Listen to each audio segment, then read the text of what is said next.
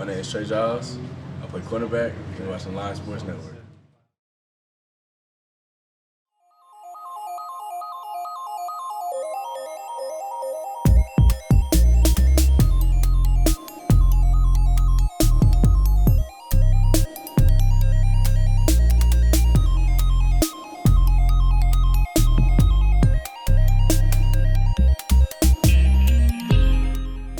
Hey, MSU on three. 1, 2, 3. MSU.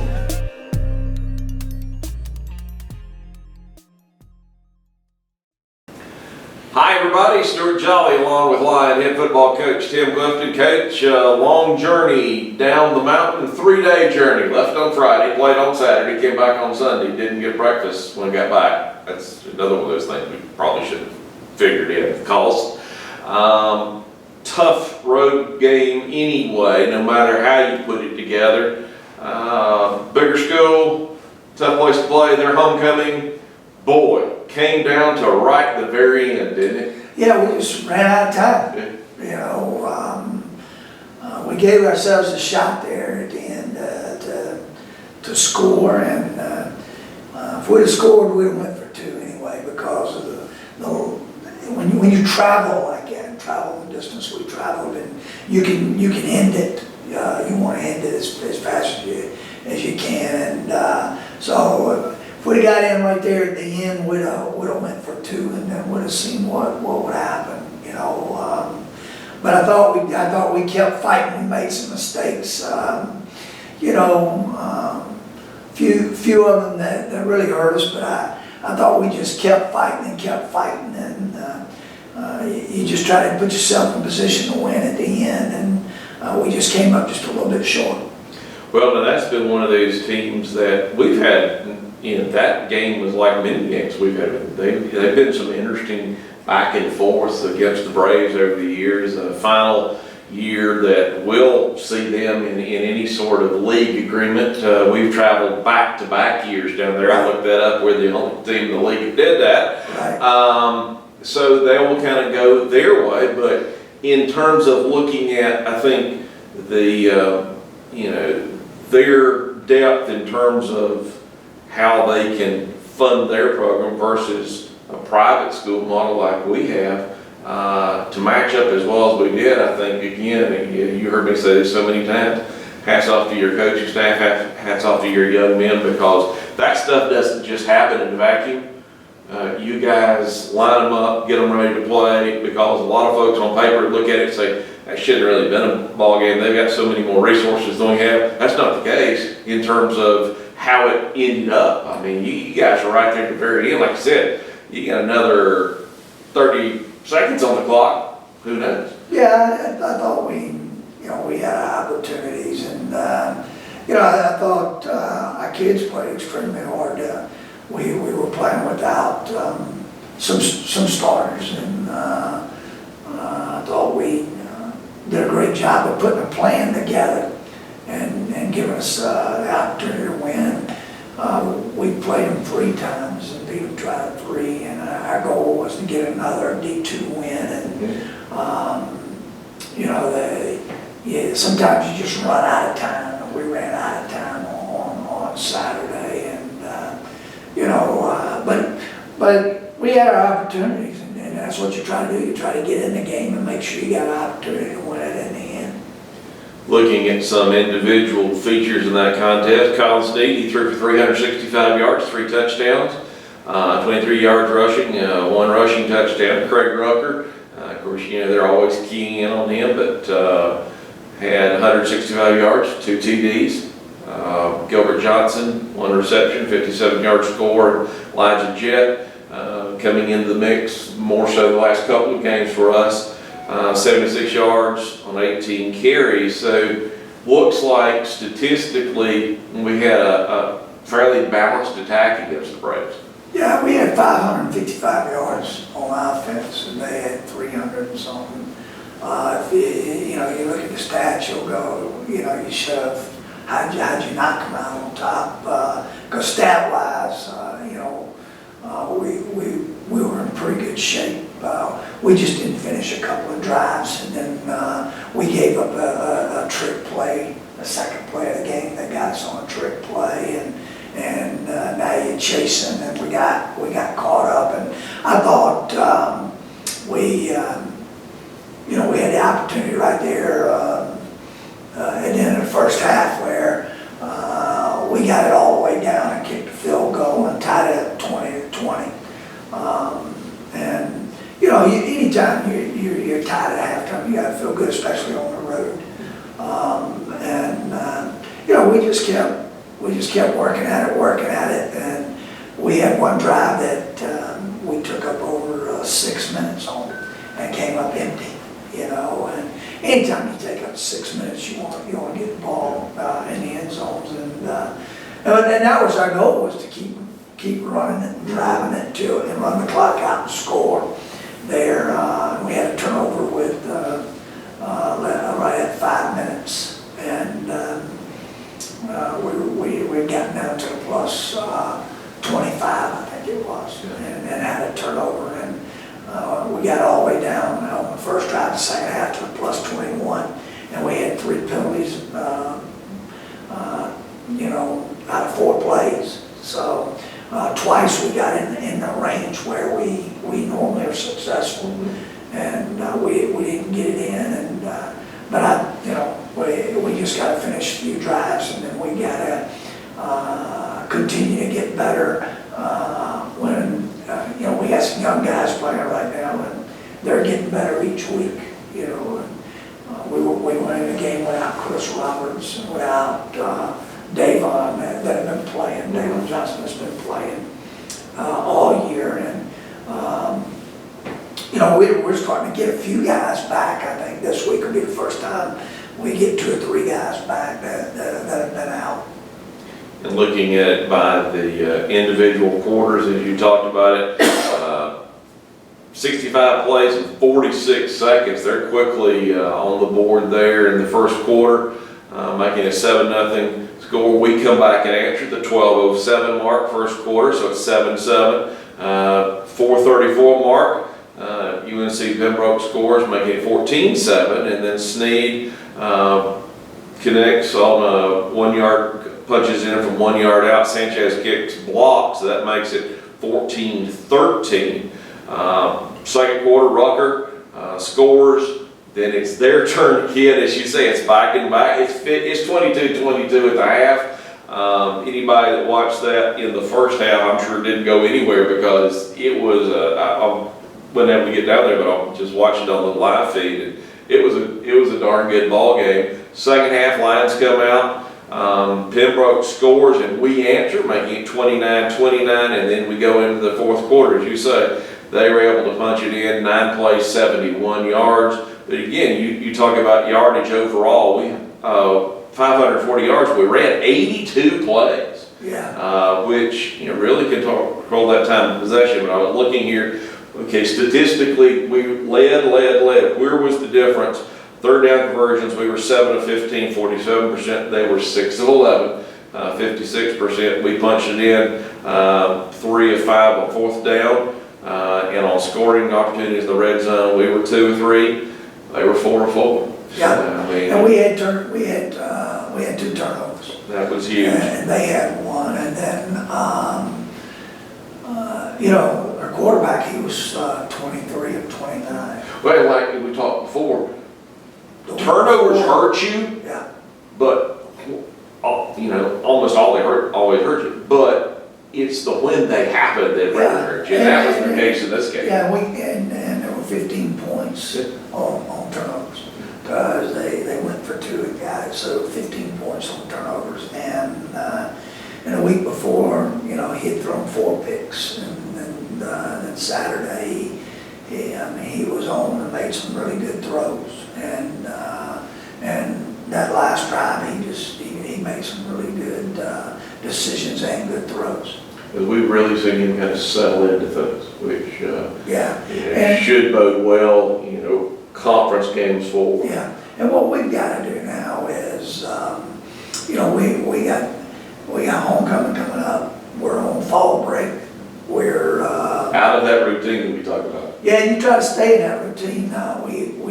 We practiced yesterday after getting in, at 1 in the morning. practiced yesterday, and then today's day off. We had an academic meeting today at 2 o'clock where we got the team together. That always fires everybody. Yeah, I'm sure they really like those academic meetings. And we brought in 2 speakers to talk to them about academics and about their classes and how to be successful, and just trying to keep them involved with their academics and remind them, to me, you just got to keep reminding them, this is what you need to do, these are the things you need to do. And so I thought that was a productive meeting at 2, and then they got the rest of the afternoon to work on their academics, and we'll meet tomorrow at 1 and practice at 2. Coming up, we've got some gentlemen just off to the side here we're going to be talking with. Tyson Daniels, Ty Snelson, some of our members of our Lion family we'll get to share with you. And we'll be back and close things up after we talk with those 2 guys. You're watching the Lions Coaching Show on the Lion Sports Network. I just did not have a lot of stability. I was facing foreclosure. Not working at all, didn't have any money. I could not go to school and work, so I found Mars Hill. The experience here has been so wonderful. It's been amazing. I was able to have the full-time hours without the full-time load. They are just incredibly supportive. And Mars Hill is very affordable. Mars Hill University Adult and Graduate Studies, education that moves mountains. I will be the first in my family to graduate with my bachelor's degree. Hi everybody, welcome back for our player feature here on the Coaching Show, and this is the fun part. Much as Coach Clifton and I enjoy talking about the games, this is the extra part of kind of, as I call it, behind the scenes. We get to share our Lion family, gentlemen that we see on a regular basis around this building and on campus, and in some cases have seen for a long time. Ty is as I think they say in the sporting business, he's a local product. Grew up here in Madison County, and then we have Tyson, who is, as they would say, not a local product, and but he is from Orlando, Florida. So let's talk about that. Orlando, Florida. You're a junior, if I remember correctly. Tell us a little bit about your journey, how you get here to Mars Hill University. Coach Barnett came up to me, came visit my high school, and told the coaches here just in me, so he called me in his office, and then we talked for about an hour or so. And from that day on, I was really interested in Mars Hill. And then a couple weeks later, he said we'd like you to come visit, check out the campus stuff. Because being from Florida, I have no idea, what's in North Carolina. So to go from Florida, which is just strictly flat, to driving up here, and it's mountains everywhere. It's a complete, change. But I've enjoyed it a lot. It's a home away from home, pretty much is how I describe it. Coaches, they make me feel like I'm wanted, which is a big thing. So I enjoy it here, and I miss Orlando sometimes, but I like being here. We're just not quite as big as Orlando. Nah, but we're not quite there. Though if you drive in actual traffic, it kind of reminds you that you can be stuck on I-4 sometimes. So there you go. Ty, I got the privilege of calling some of your games. Of course, I was on the other radio station when Madison would play Mount Heritage, so I've seen you kind of grow up. Gosh, I'm old. I was behind the mic when your mom played for Mars Hill and your aunt played for the Lady Lions. So tell us a little bit about your journey, because you're talented, smart, both you guys. But how do you end up staying this close to home? A lot of folks like, I don't ever want to do that. I want to get away. I want to get out into the world. But you stayed right here. Tell us about that. I always grew up coming to Mars Hill football games, and I've always loved the mountains. I like to hunt and I like to fish. And I've always been a homebody, so this was a great opportunity to be able to play football as well as continue to do the things that I love. Get to see your family on a regular basis. Anybody follows any of them on Facebook, it's kind of a matter whether mom or dad's going to post first about how you're doing there. So your family's close by. They get to see you on a regular basis. They get to travel. What about in terms of family members, friends, being able to see you play in person? They try to come up as much as they can. Obviously, from Florida, it's difficult, but I mean, they come to about like 3 games a year, which I mean, That's pretty good. that's pretty good, yeah. Like my freshman year, I remember they came to Newberry because it's close. So I mean, they don't get to see me, but you know, my mom does watch on live streams and stuff like that, and then we'll talk after the game and stuff like that. So I mean, they're not here physically, but I still talk to them every day, so it's like they're still there. What was one of, and you got to think back a couple of years, 3 years, what was one of the biggest challenges of making, besides distance, you making the transition from high school athletics into a collegiate program? I would probably say the speed of the game, and I wasn't very sure if I wanted to put my body through it or anything like that, but I'm very glad that I made the decision to come. What about you, Tyson? Besides it being with speed and stuff like that, I'd say probably 100% way more of a commitment. You know, you have 8 a.m. wait, stuff like that, and you gotta turn around and go to class and stuff like that. But I mean, we all do it, because we love football and stuff like that. So I mean, it is what it is. But I mean, I'd say probably the commitment aspect of it is probably the hardest thing. But Are you playing the same position now that you played in high school, or a little bit different? So you're a linebacker. yeah. So that's kind of like, this is my old job, except now I'm doing it on a bigger venue. In high school I played inside and outside, and I'm doing the same exact thing here. So I mean, it wasn't really that hard of a transition position-wise, but I mean, to understand like the game plan and things like that is the. Okay, looking at your numbers here, overall 15 solo tackles, 15 assists, tackles per game, 5 tackles per game. It's you've got some good solid numbers on that. Ty, what about you? Tell us how, in terms of position in high school versus position now, how things have changed. In high school, I actually played running back and inside linebacker. So coming here, I'm playing fullback and tight end. I'm having to learn a lot. I had to learn a lot of different techniques and things like that, which was different, but it's been a great experience learning different positions. Somebody's out there watching this. Well, we hope somebody's out there watching this.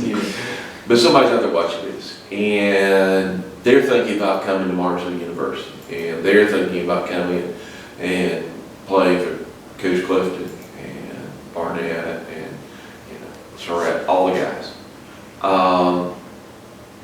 Let's kind of go 1, 2 here. What can you say to them in terms of, hey, you need to look at this place because? I would say the family aspect that we have. I mean, we have a big family in the locker room, but also, like you said, Coach Clifton, Coach Surratt, all the coaching staff, they really make you, like Tyson said, feel wanted and feel important, and that this is a great home away from home, like Tyson said earlier. What about you guys? I'm gonna go with the scenery around. The campus is beautiful, but More local chamber of commerce really appreciates that too. Yeah. Besides it being family, I'd say the culture around here is a tight knit culture. Coach Clifton preaches that every single day. So I mean, like Ty did say, it's like a family, and that's at the end of the day, that's really what you want to feel like. You don't want to feel left out of things. Every time you step in the locker room, you want to be excited to, put your pads on, go play with your friends and your brothers and stuff like that. So I mean, I'd say the culture would probably be the things you do here. We talked about your numbers, Ty, on your looking at some of your statistical background. You've had 4 touchdowns this season. Big one for 80-yard pass play, I think of it. UVA-wise.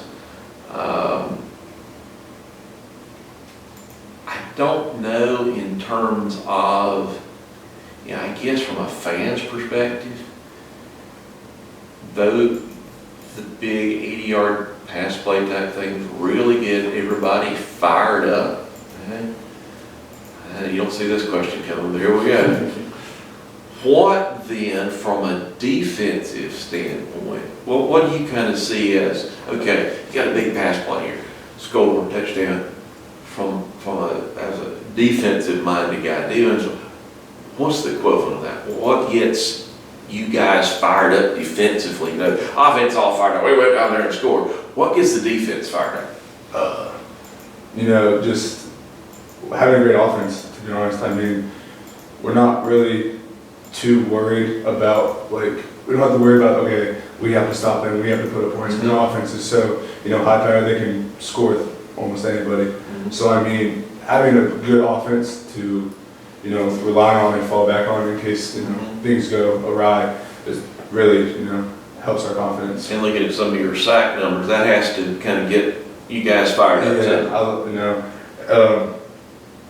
every time I do get a sack, you know, it's not like, it's always shout out to D-line. You know, the D-line does what they need to do so I can break free or do whatever I want.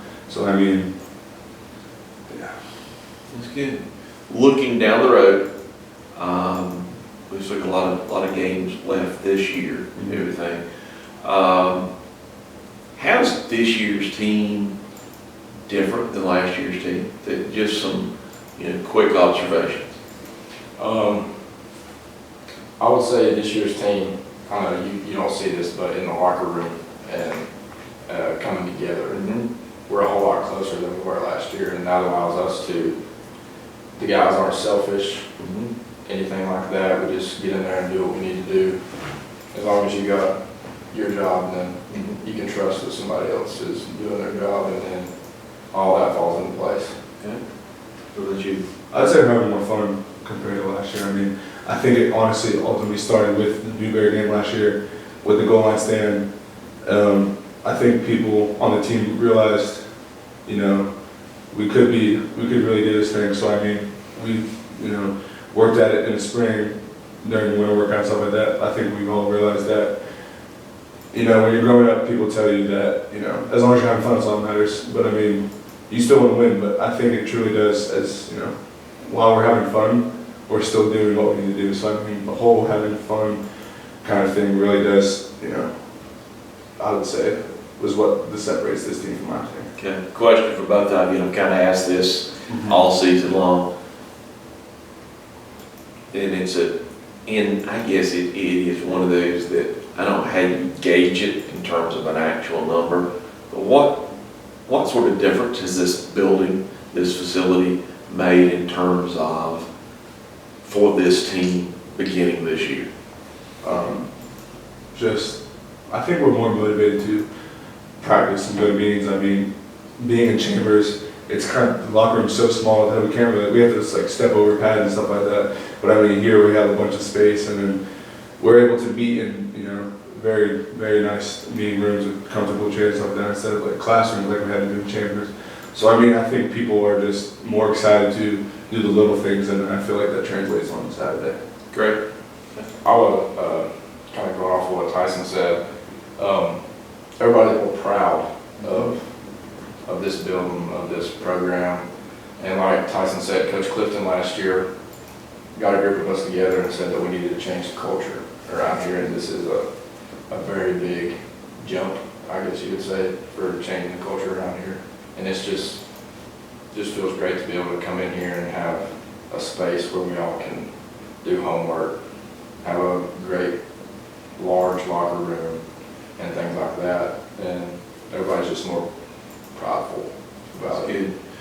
Looking ahead, 5 years from now, I know, wow, 5 years from now, it does go by quickly. What do you hope to be doing? Where are we going to find the past? What's he doing? I hope to graduate with my BS in nursing from Marshall. Okay. And in 5 years, I will hopefully be in a medical school program to pursue anesthesiology. Very good. That's what I like to do. You make a life of putting people to sleep Yes, sir. and waking them up. Very good.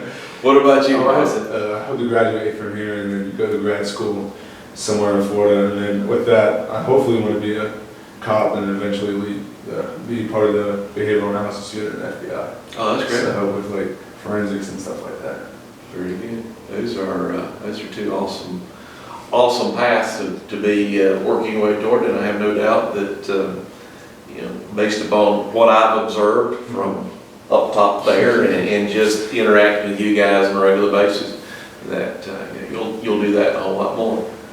God bless, take care, have a good rest of the season, and we'll try to have you back a little bit more. Talk later sometime. Yes, sir. All right. Good. Thank you. You're watching Line Coaches Show. We'll be back after this. Mars Hill University, helping you move your mountain. Mars Hill University gives me plenty of degrees to choose from. At MHU, I get the attention I deserve.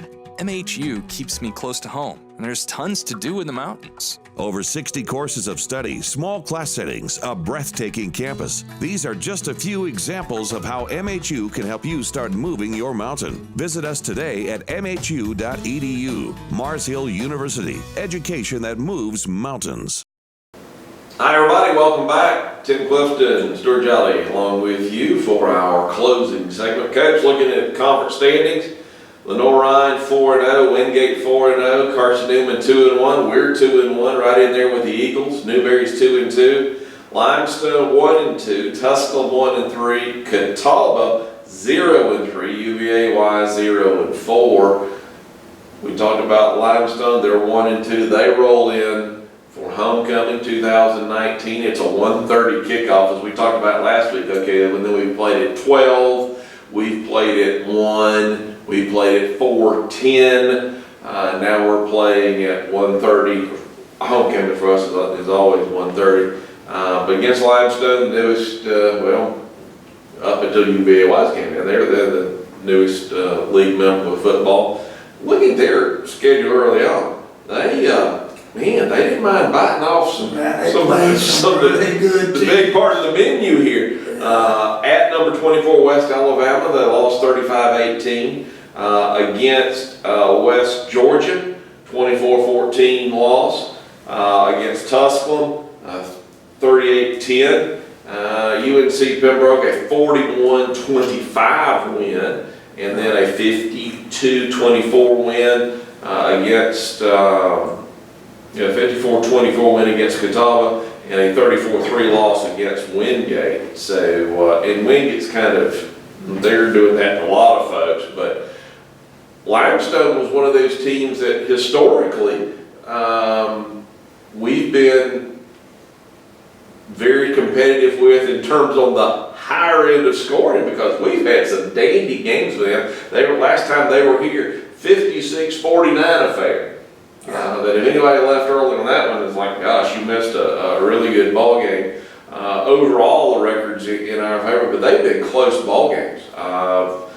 51-41 last year, the 56-49 win the last time they were in Mears, 42-39 loss to us, and a 36-26 loss to us. So, should we expect another high-scoring affair? Well, I think they're a really good football team. I mean, they beat Pembroke, and then we struggled. We had beat Pembroke. They did. But if you bite off West Alabama and West Georgia to start the season, you go out of conference and play those two schools, and you play them well. I mean, West Alabama, and West Georgia, they're year in and year out, they're top of the Gulf, and the Gulf is an unbelievable conference. But then they have to play Wingate and Tusculum. Tusculum has played some people too. Tusculum bit off a heck of a schedule early in the year, but they have played some really good football teams and played extremely well, and we'll have to play extremely well to get a win.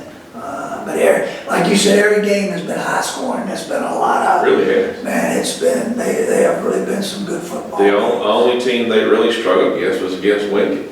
34-3 loss there against the Bulldogs. And Wingate is they're ranked high in the nation. They're really good, and watching the film, they were in it till the fourth quarter, and but they had 2 costly turnovers, and then they went for it on a fourth down, backed up in Wingate's territory, didn't get it. Wingate stopped them and then scored right after that. So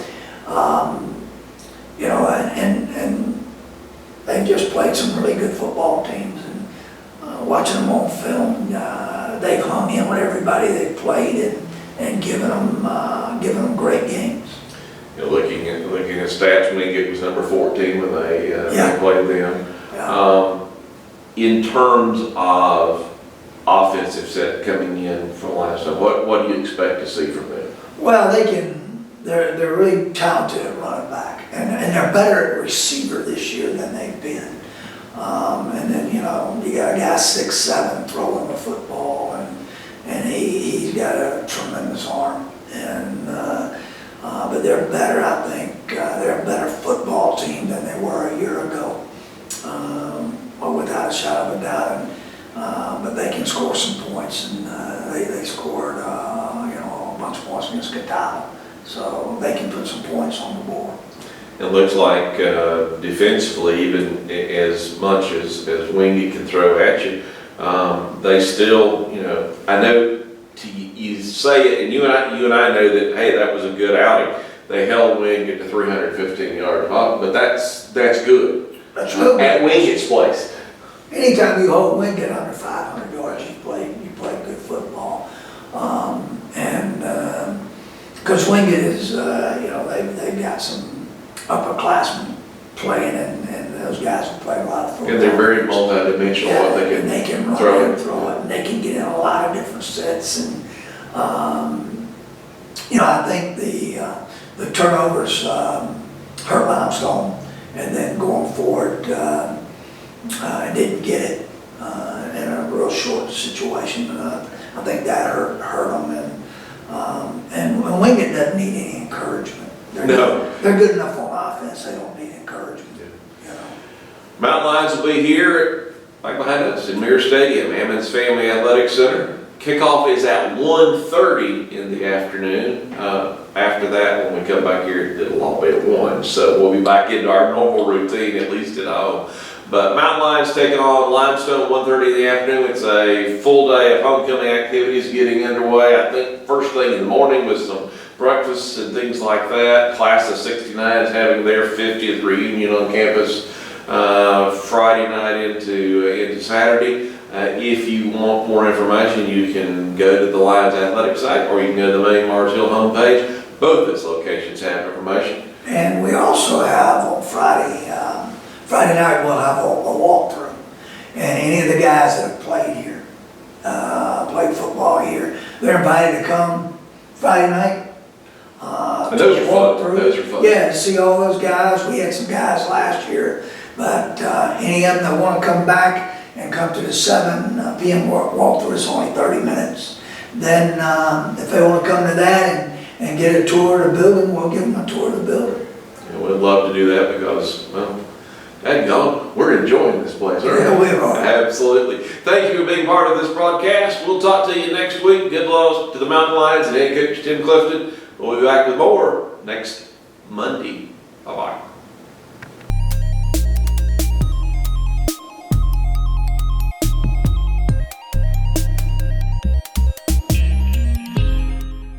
Hey, MHU on 3. 1, 2, 3. MHU.